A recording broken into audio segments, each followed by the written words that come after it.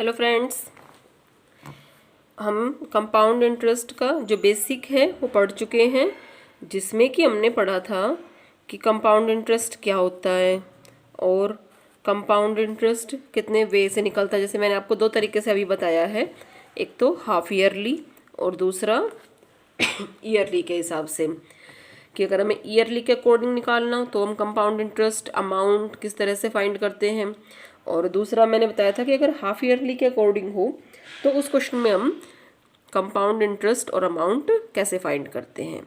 तो आज मैं आपको एक क्वेश्चन बता रही हूँ जिसमें एक और मेथड अप्लाई होगा। उन क्वेश्चंस को हम किस तरह से अप्लाई करेंगे, क्वेश्चन को किस तरह से सॉल्व करेंगे। Kamala borrowed ₹26,400 from a bank to buy a scooter. एक स्कूटर बाय करने के लिए कमला ने 26,400 रुपीज़ बैंक से लिए हैं। तो हमारा जो प्रिंसिपल है वो क्या हो गया, P इक्वल्स टू ₹26,400। ठीक है, आगे है scooter at a rate of 15% per annum. 15% per annum का मतलब जो रेट है R equals to 15% per annum. Compounded yearly मतलब कि जो हमें कंपाउंड इंटरेस्ट निकालना है वो ईयरली के अकॉर्डिंग निकालना है। What amount will she pay at the end of 2 years and 4 months to clear the loan. इसमें फाइंड क्या करना है कि वो कितना अमाउंट पे करेगी at the end of 2 years 4 months। जो टाइम है वो अब हमें 2 years 4 months की फॉर्म में गिवन है। देखो अभी तक जो हमने ईयरली का किया था या हाफ ईयरली, उसमें किसी में भी टाइम जो था वो इस तरह से नहीं था। तो इन क्वेश्चंस को हम कैसे सॉल्व करेंगे देखते हैं।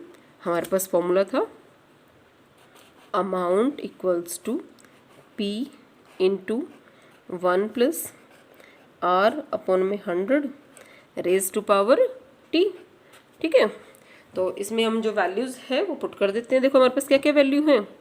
P इज़ 26,400 और 1 प्लस R इज़ 15 अपॉन में 100। आपको ध्यान क्या रखना है, इसमें है 2 years और 4 month। सबसे पहले हम केवल 2 years का निकाल लेते हैं।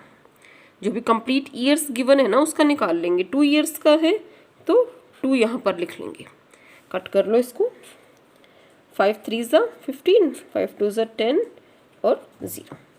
जब सॉल्व कर रहे हैं 26,400 इंटू क्या आ गई value 1 plus 3 upon 20 raise to power 2।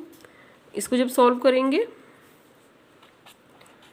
26,400 into इसका हम एलसीएम लेते हैं 20 प्लस में 3 23, तो 23 अपॉन में 20। तो वो कितनी टाइम्स आएगा, 2 टाइम्स, क्योंकि ऊपर पावर जो है वो 2 है। तो 23 अपॉन में 20 कैंसिल कर लो, 0 से 0, एक 0 से 0 कैंसिल हो गई। 2 से कट करो, 2 1 सा 3 2, अगेन 2 पर कट हो जाएगा ये 6 6। तो हमारे पास वैल्यू आ गई 66 इंटू 23 इंटू 23। और इसको जब हम मल्टीप्लाई करते हैं ना सबको, तो मल्टीप्लाई करके जो अमाउंट आ रहा है वो हमारे पास आ जाएगा 34,914। ये तो वैल्यू आ गई 2 years के अकॉर्डिंग।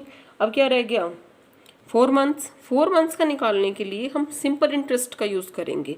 सिंपल इंटरेस्ट में जो आपका प्रिंसिपल है, अब जो ये वैल्यू आई है 2 years की, ये हमारा प्रिंसिपल हो जाएगा ₹34,914। टाइम इज़ 4 months और इसको मुझे ईयर्स में कन्वर्ट करना है तो 4 अपॉन में 12 ईयर्स।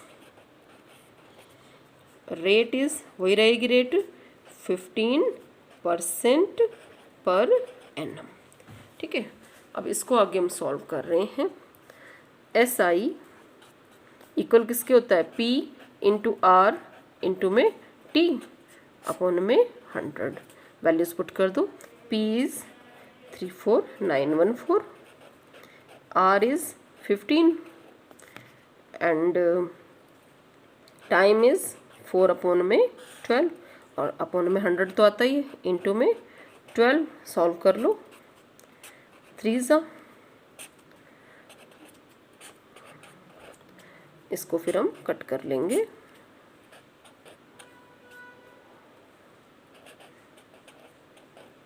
और इसको सारे को मल्टीप्लाई करके हमारे पास वैल्यू आ गई ₹1745.70।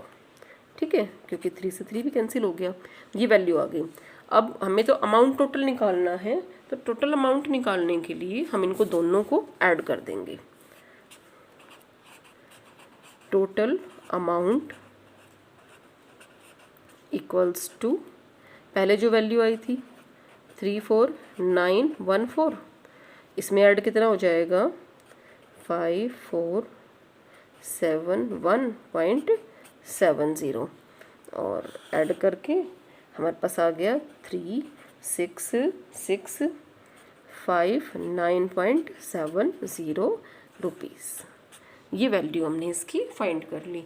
तो जो भी क्वेश्चन जिसमें कि 2 ईयर्स है या 5 ईयर मंथ अलग अलग दे रखे हो, तो जितने भी ईयर्स हैं उसका हम निकाल लेते हैं कंपाउंड इंटरेस्ट के अकॉर्डिंग, और जो मंथ्स हैं उनका एसआई जो ये सिंपल इंटरेस्ट है इसके हिसाब से निकाल कर और दोनों को ऐड कर देंगे इसके अंदर।